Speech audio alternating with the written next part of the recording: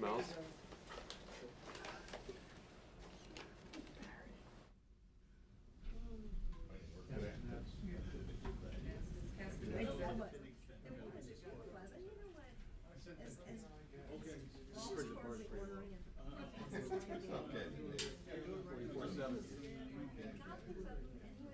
Well, you know, the big thing, how many U.S. trainers you can increase it.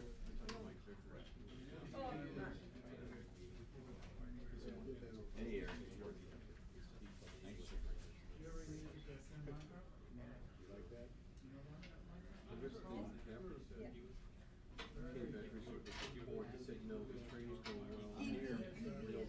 Okay, thank you. Absolutely. Very good. Yeah. No. Yeah, I think you should. That's probably disgraceful because that's the easy part. After 4 years, I have interest to stay with you. Stop it. 4 years and Now remember, Mr. Earlier, I am not. Maybe I'm. well, the 500. No, I just heard greatly about it.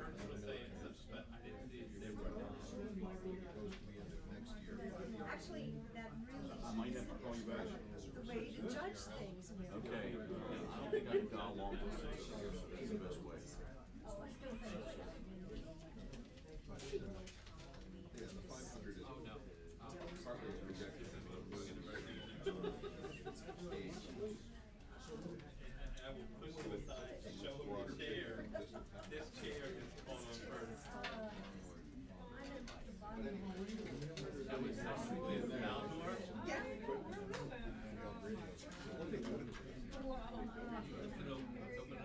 Still, they're working on the edits. Yeah. It's going to be edited down. It's never. They put it sometimes. It's good. Last time I did it, Oh, there's never any reward. Thank you. You got disconnected.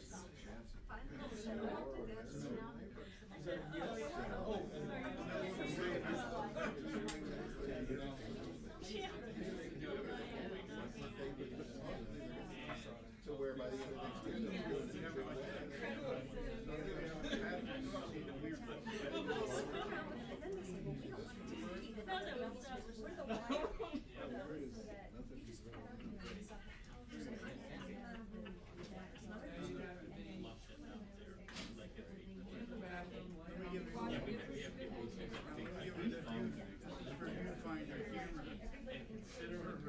Barely here. Yeah, Lana, this is Pentagon. I cannot hear you. That's great. That'll be the last. It's the flag. And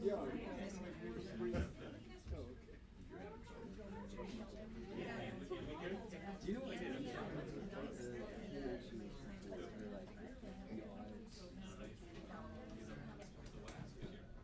One minute. Uno? You don't know what that is with regard to ISO. No, it's not. Undercut camera, yes, sir. What's that? No, I'm rewinding something right now. We'll jump up in just a second. Yeah. The only thing wrong with this particular one is Thank you. I downloaded all my computers that have it. So I know it was kind of out of way, but Well. it doesn't let you identify the file, so you can't say Dempsey on 2.7. It says the date, so you can track back where it was going on. It's a WAV file, so it's not a. Once you've downloaded it, you can't change the name. You can change the name, yes, but my old one had a comment there, so you can say Dempsey talking about whatever. Oh, I see. And then can you search that as well? Well, then you could just look down the list or whatever, do it by date or whatever. This one only allows you to change the name so that. Okay, I'll jump up and bridge.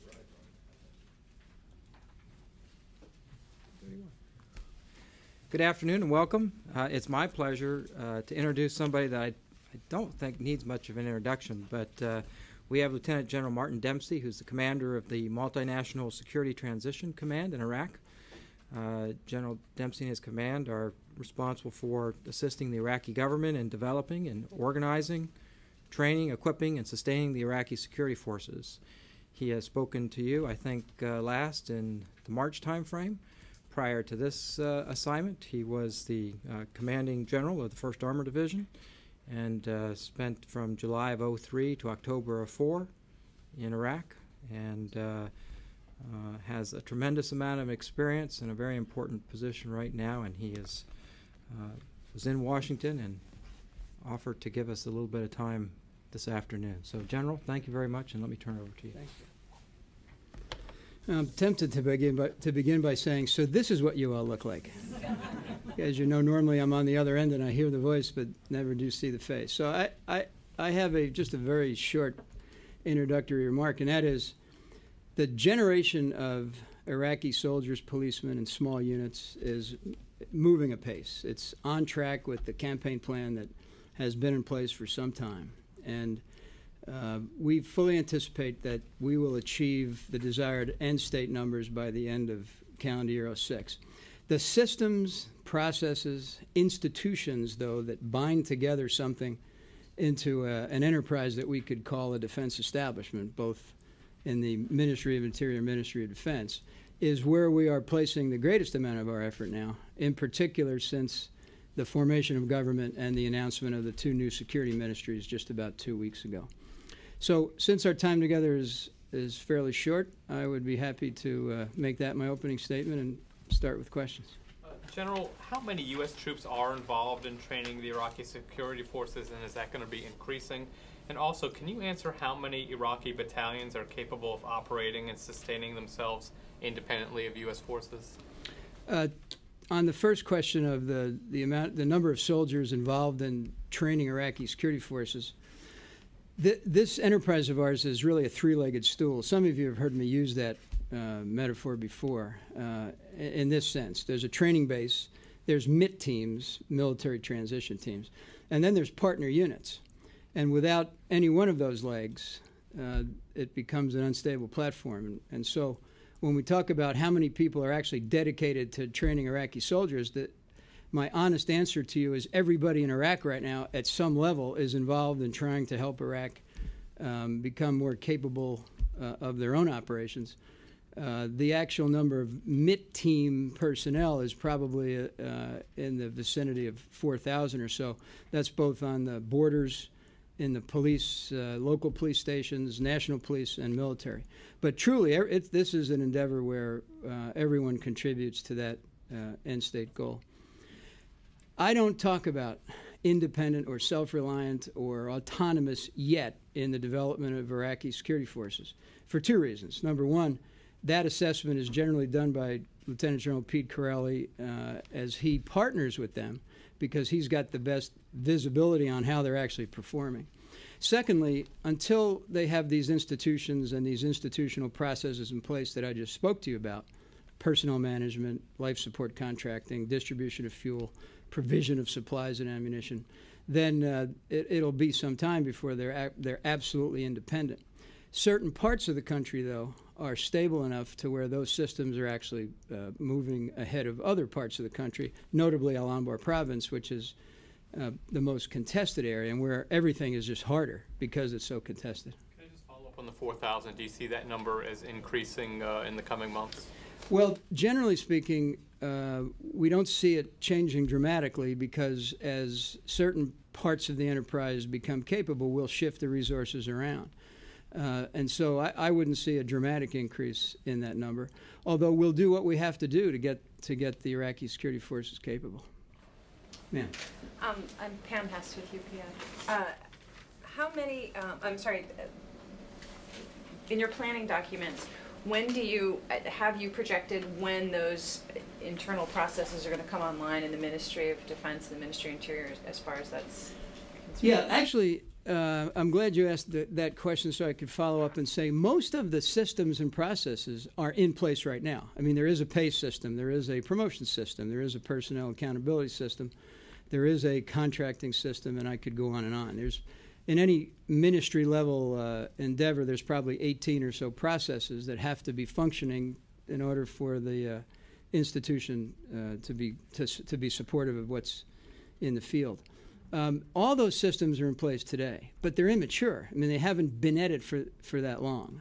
And so it comes down to taking them through cycles of things. So cycles of pay, cycles of promotion, cycles of procurement, budgeting cycles. And so some of them will come on board faster than others. I mean, for example, if we were having this conversation 18 months ago, there were still U.S. personnel helping Iraq figure out how to pay its soldiers and policemen. That entire process has been transitioned over to Iraqis. We have no part in their pay process right now.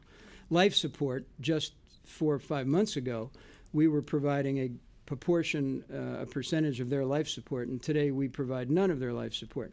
We assist them in extremis if something they've put in place fails, like a food service contract or a fuel distribution problem. But life support has been transitioned over to the Iraqi Ministry of Defense.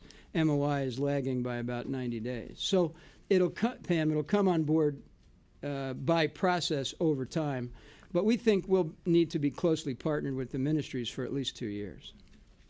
Yeah.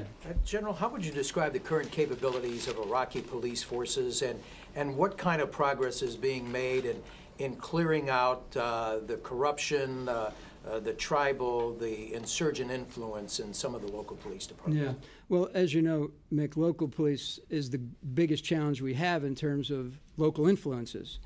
And so of the 135,000 or so local police, that's what we're building toward, and we're probably 83% there now. Of the 135,000 local police, the areas of greatest risk for the things you discuss, which is local influences, corruption, influence of extra governmental groups. I mean, clearly Baghdad, Al-Anbar province, Diyala province, and lately Basra to some extent.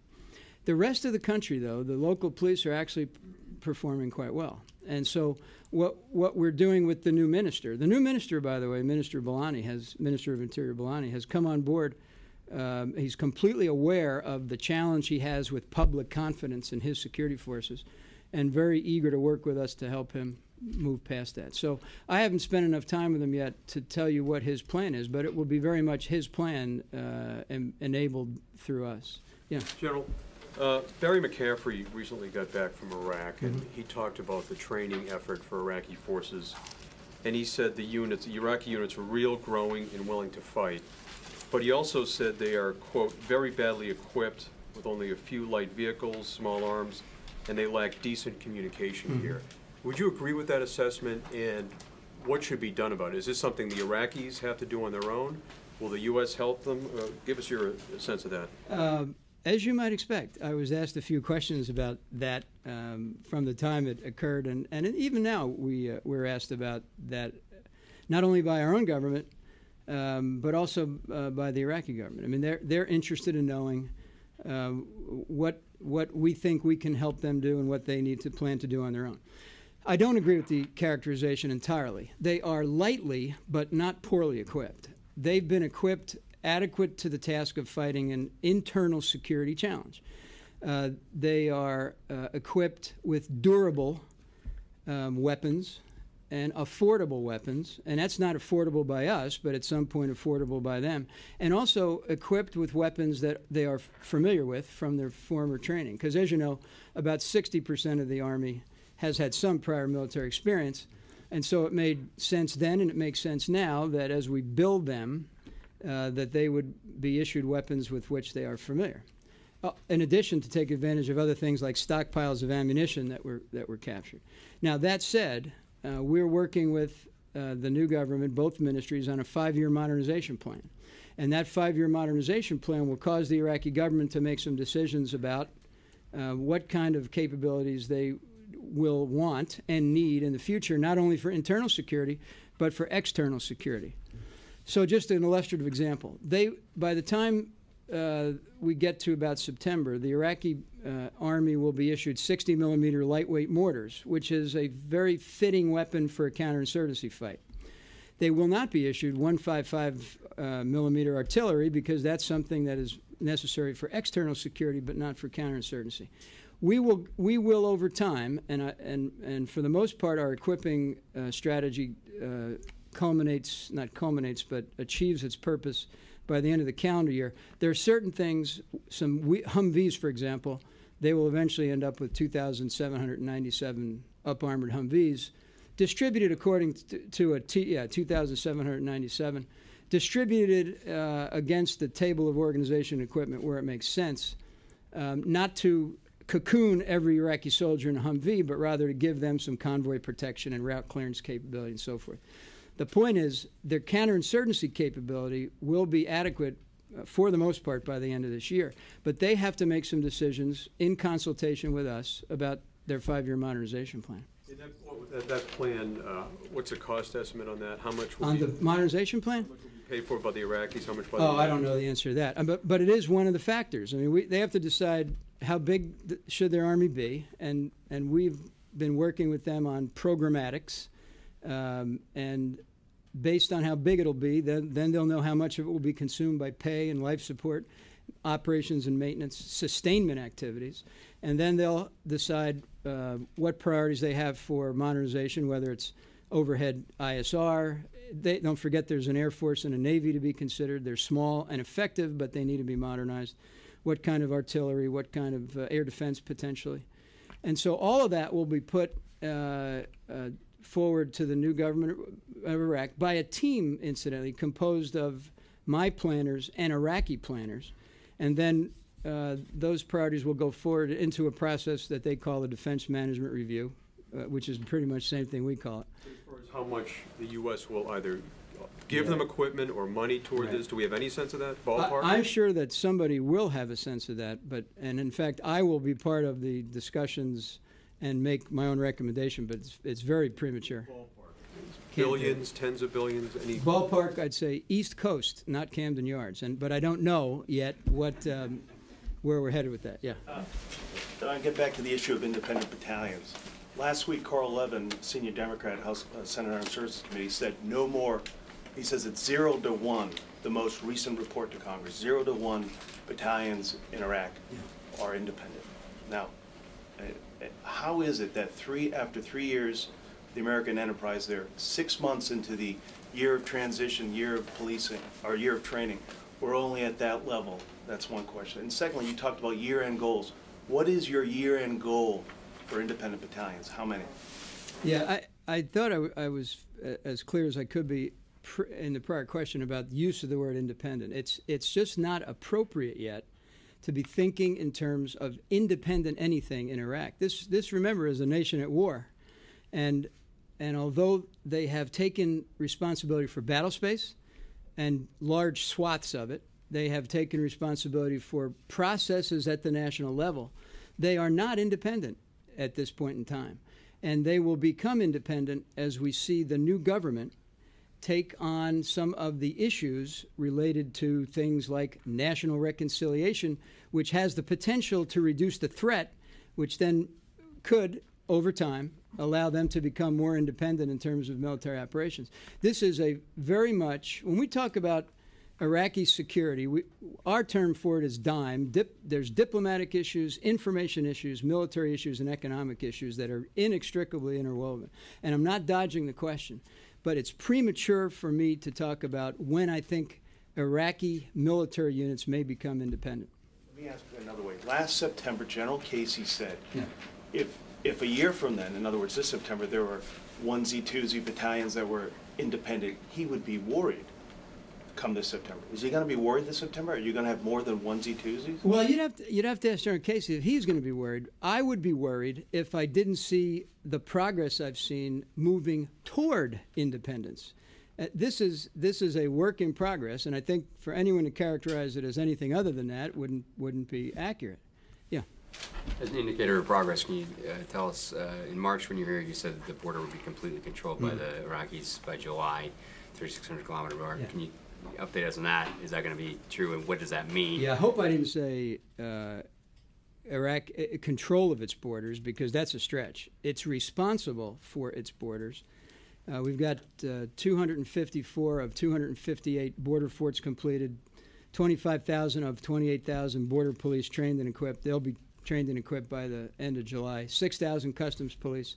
So they will have responsibility for 3,161 kilometers of Iraq's borders, as I discussed with you, by the end of June, early July. However, it's a tiered approach that the Iraqi government has chosen to take, I think correctly, which is to say border police on the perimeter, backed up by Iraqi army, backed up by the coalition. The border ports of entry are a separate but important issue to mention in this context, though. There's 14 ground ports of entry, and they are manned generally by about 7 different ministries, and this government, the new government, has to and intends to get serious about putting in policies and practices at the legal border crossings to make sure that those aren't points of ingress for illegal contraband and things like that. So the borders will be under Iraqi responsibility, as I discussed with you. That doesn't mean that they're going to be anywhere near under control, and I think the Iraqi government would admit that. That's going to take some time. Yeah. General, can you talk about the militias and how much activity there's been in terms of members of the various militias becoming part of the Iraqi security forces? How much of that have we seen, and how much are we going to see? That just asked me to write my master's thesis here in the next 2 minutes, because that is the next big issue for not only Iraq, but for us, those of us that are in the business of training Iraqi security forces. First step, national reconciliation. There has to be some incentive, and the Iraqi government knows this. You've heard Prime Minister Maliki's 24-point plan for national reconciliation. That will be the precursor to potentially and hopefully a reduction in the insurgency and a corresponding willingness on the part of the militias to disband, disarm, and integrate. So what I'm preparing to do is provide advice to the Iraqi government as their advisor on military training on how they could integrate militias and insurgents, and for that matter, security detainees potentially, who have been released, through a reintegration program using some of the training areas that we've built. We've provided the Iraqi government with about 30 training centers, academies, institutes, colleges across the country. And we can offer to the Iraqi government the option of transforming a handful of those into reintegration centers. Now, that's the future. Let me talk about the present. As I've said to you before, if a militiaman puts his rifle down, comes to a recruiting station, doesn't have a criminal record, raises his right hand, agrees to sign on the dotted line, passes the physical, and comes into the military, there's absolutely no way for me to know that, or anyone else to know that. So where we try to mitigate the risk of militia influences through a very careful selection and scrutiny of the leaders of these units, be they police chiefs, National Police Battalion commanders, Army Battalion commanders. For the most part, I think we've been, and the Iraqi government has been very successful at that. But there are documented cases of, as you well know, of militia influence in the legitimate security forces. The new government, and Prime Minister Maliki in particular, has agreed that that will be one of his first priorities, and we'll be there to support him. Yeah. Hi, Lisa Burgess with Stars and All Stripes. Talking about El Anbar province and the difficulties that you have there, 2 weeks ago we had a U.S. Marine advisor to one of the Iraqi divisions saying that we can't make progress there until we stop hemorrhaging personnel. Talking about entire divisions that are losing up to half of their enlistees from payroll problems, problems with even getting fed on time. Can you talk about that a little bit, since it is such a rusted area? Sure, I can absolutely talk about it. That's the purpose of this thing called the Transitional Readiness Assessment, and it's why it's a great interest to Minsticky, because it allows us to see where units are losing personnel based on reported strengths, and then we drill into why, and then we engage with our Iraqi counterparts to work to get it fixed. Hemorrhaging was clearly an exaggeration, and when you say divisions plural, it's also an exaggeration.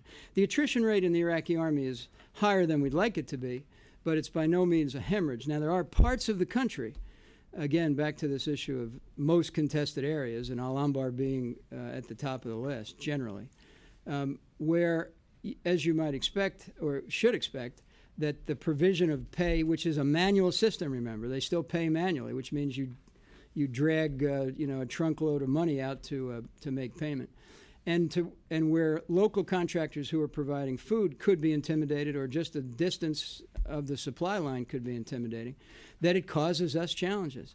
What we do in those cases is we address the challenges. And so in that particular example, when the report reached us, we took a specific OPT, operational process team, and we sent it out there with a one-star, turned out to be a one-star Danish admiral, of all things, but who was a bulldog for me.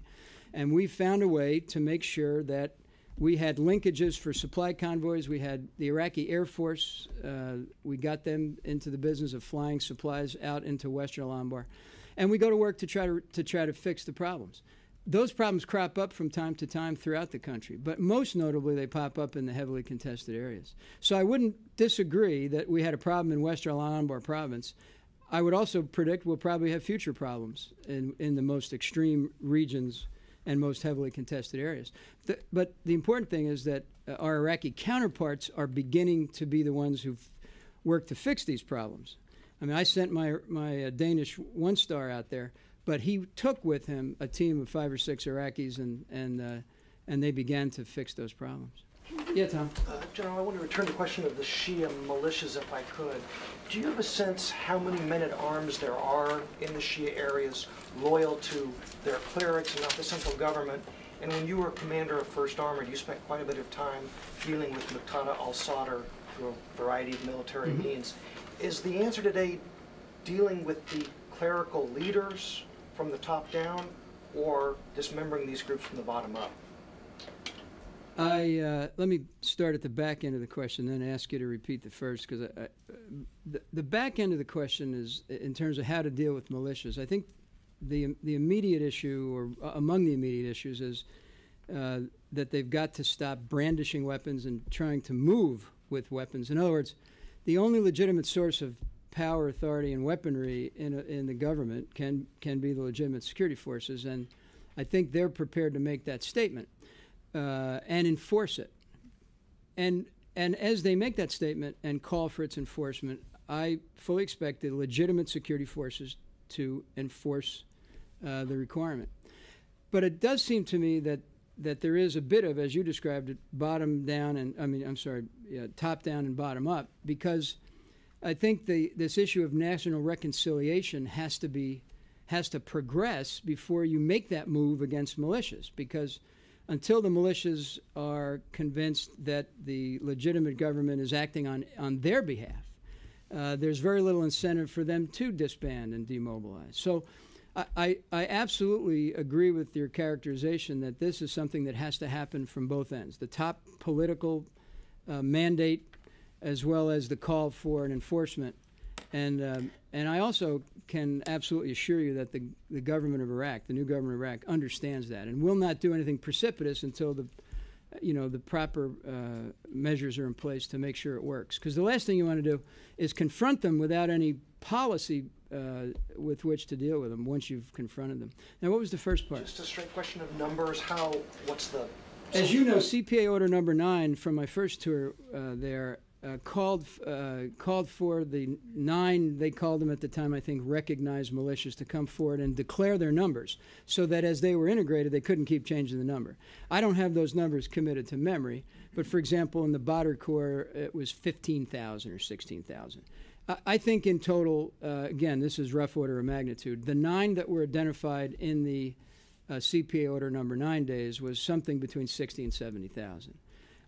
Jaish al-Mahdi is a different issue. They're, as you know, not covered by CPA Order Number 9, and their numbers are unknown to me. They may be known to others, but unknown to me.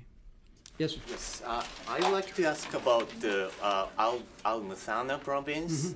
And according to this chart, as of May this year, in that province, Iraqi army wasn't taking a lead, or not even a partial lead.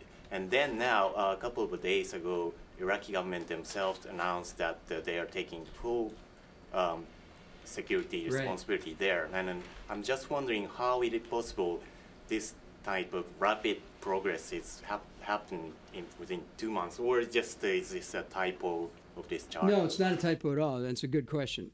The movement from coalition control to Iraqi army lead to provincial Iraqi control, which is really accomplished by police forces under the control of the governor, doesn't have to happen sequentially.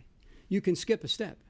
If the province is stable enough, the police force is capable enough, the governor confident enough, and the coalition's assessment positive enough, then you can go from the coalition being in control of it all the way to provincial Iraqi control without passing through Iraqi army lead. They don't have to be sequential, and that's what happened in Mathana province. I'm sorry, Pam? Sure. You already have one. I'll come to you.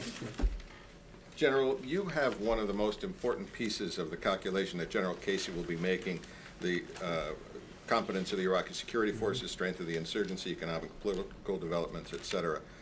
What's your assessment of what the state of the Iraqi military and police forces will be, say, pick 2 benchmarks by the end of this year, end of next year? Will they hold up their end of that calculation? And if so, leading to how much of a reduction of U.S. and other foreign troops? Yeah, I won't comment on the outcome of what I'm doing in terms of reduction. That's clearly General Casey and General Corelli. Meaning, you know, if I'd say the Iraqi army's built and they say that's great, but we're not going anyplace, that's fine. It's fine with me. I've done my job, which is to build it and to provide advice on its capability and its ability to self-sustain. So, to your question about benchmarks, the Iraqi army will be built by the end of this calendar year. All of the pieces and parts and processes will be in place by the end of calendar year 06. It will have barracks, it will have training areas, it will have recruiting centers, and some of that will be self-sustaining, meaning thoroughly transitioned over to Iraqi control. So Iraqis at the end of calendar year 06 will be fully capable of recruiting, vetting, inducting, training, forming into units, putting them in barracks, sending them out the gate to perform their missions. How they do when they go out the gate is the piece of this that Pete Corelli assesses, and his assessment will determine, to the greater extent, the answer to your question about drawdown.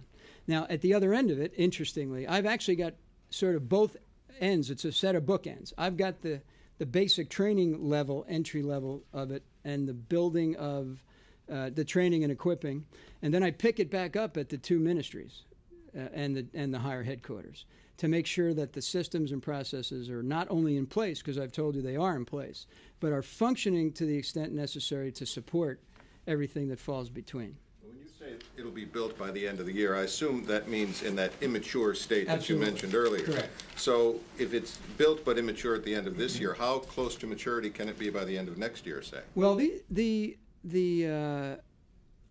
the performance of the Iraqi units in the field, given what they're facing, has actually been quite remarkable in my view. I mean, this is an army that's being built while in contact with the enemy, and has been in some horrific fights, has taken some significant casualties, and has demonstrated a certain courage and resilience that frankly, having been in the region for 4 or 5 years, I was very encouraged to see.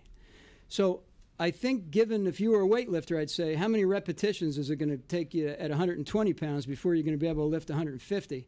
If you can answer that question, I'll tell you how long it's going to take the Army to be ready to go. Ma'am. Kathleen Cope with CNN. You were talking about building the Iraqi Army. You mentioned some of the problems that you've faced with attrition, with equipment. Right now, today, what would you say is the greatest challenge you face, the greatest hurdle in getting them where they need to be? Yeah, that's a great question. I think that's, you know, if you wonder what I think about as my day ends, it's exactly that. I think it's probably fair to say leader development. And I say that because I've been to countless graduations of police academy cadets and military academy young officers and basic training groups. And universally, and some of you have been to some of these things with me, universally these young men come out of the training base at a very high level of motivation. They sing. and we didn't tell them to do this, but at every one of these graduations, they sing the national anthem in a way that truly will pull your Adam's apple up into your throat, because you actually see the potential at those locations. What worries me is that we then turn them over to a police chief who maybe have bad habits from former times, or a mid-grade Army officer who believes that leadership is an entitlement, not a responsibility. And so the constant effort we make is at developing leaders who are worthy, frankly, of leading these young men that we're graduating out of the basic courses. We've made some great progress in that regard, but if you ask me what is, in my view, the biggest challenge, it's leader development. Because as this Army and these police forces are led, so will they perform. And for the most part, dramatically so, they're performing very well. But that's not to say we don't have the occasional leader who doesn't measure up. Can I do a quick follow-up on that? I know last fall you announced an effort to try to bring back up to the rank of major, I think, officers from Saddam's old army. How is that going so far? How many have you brought back? Yeah, that's the problem with doing being here so long, is the questions keep coming back, and now you hold me accountable to it. In fact, we sent the recall out. We had about 3,800 that expressed an interest. The screening process whittled it down to 2,700. Those 2,700 were scheduled into a series of academy classes for a 6-week program. After the 6-week program, we ended up with about 1,800 of them, and those 1,800 are performing very well. How many did you want? Did you have a number? Well, we wanted about 2,500. But now, the companion piece, that's the recall. The companion piece is we recently graduated our 3rd military academy class. There's 3 military academies, one in Rustamiyah in Baghdad, one in Zakko in northwest Kurdistan, and one in Quachalan in northeast Kurdistan. Common curriculum, mixed ethnic composition, meaning this is a good thing for national unity. And we recently graduated our 3rd class. So we've produced in the past year about 2,500 brand new, never having served in any other system before, young officers who are truly the future of the Iraqi military. And you said 2,700 passed the screening, 1,800 made it through the coursework. Any sense what happened with those roughly? No, some of them opted out, some of them failed out. Those are probably the 2 big categories. Some of them couldn't handle didn't care to handle, I guess. Remember now, I think it's fair to say, and even some of the former officers would say, in the former regime, leadership was an entitlement. You wanted to be a leader because you got certain things for it. And the system that Iraq is putting in place now, not me, it's Minister of Defense Abdul Qadir, and it's General Babakar, the Chief of Armed Forces, and even on the National Police side, it's Major General Adnan Thabit. The pieces that they're putting in place right now are to build leaders who actually have to perform, who have a loyalty to their subordinates, and who have a loyalty to the greater Iraq. And as long as we keep that moving apace, I think we're going to be okay. And as long as you're taking follow-ups, excuse me, there were a bunch I'll of take one more. Okay. That's it. General, you twice mentioned national reconciliation. Right. What do you think of this idea that any national reconciliation would probably include some form of amnesty or pardon for insurgents, not war criminals, not terrorists, but insurgents who in fact engaged and most likely killed Americans? I think, Mick, that isn't there some sense of inevitability about that? I mean, if it's to be truly national reconciliation, then I think the Iraqi government is going to have to establish the white lines, and I think that we will privately enter into discussions with them about where the white lines exist. I think, though, that if they have hard evidence that someone has, in fact, killed another Iraqi or killed a coalition force member, I don't think that'll fall into the boundaries that they establish that exclude someone from national reconciliation. But I see huge opportunity in Prime Minister Maliki's stated interest in national reconciliation as one of the very first things he's doing. Because if you think about the balance of the threat in Iraq, and you've got, militias on the one hand, let's say, and Sunni insurgents on the other hand, let's say. Al-Qaeda is a separate issue. There's no reconciling with Al-Qaeda. But unless we bring down, or the Iraqi government brings down, the two halves of this other challenge simultaneously, then they will use the other to claim that they can't possibly disarm because the insurgents not disarming. And if you talk to the insurgents, they'll say we can't possibly disarm because the Shia are not disarming. They have no choice but to approach both groups simultaneously. And I find their approach to be right on the money, and I'm cheering them on. Thank you. Thank you. Thank you.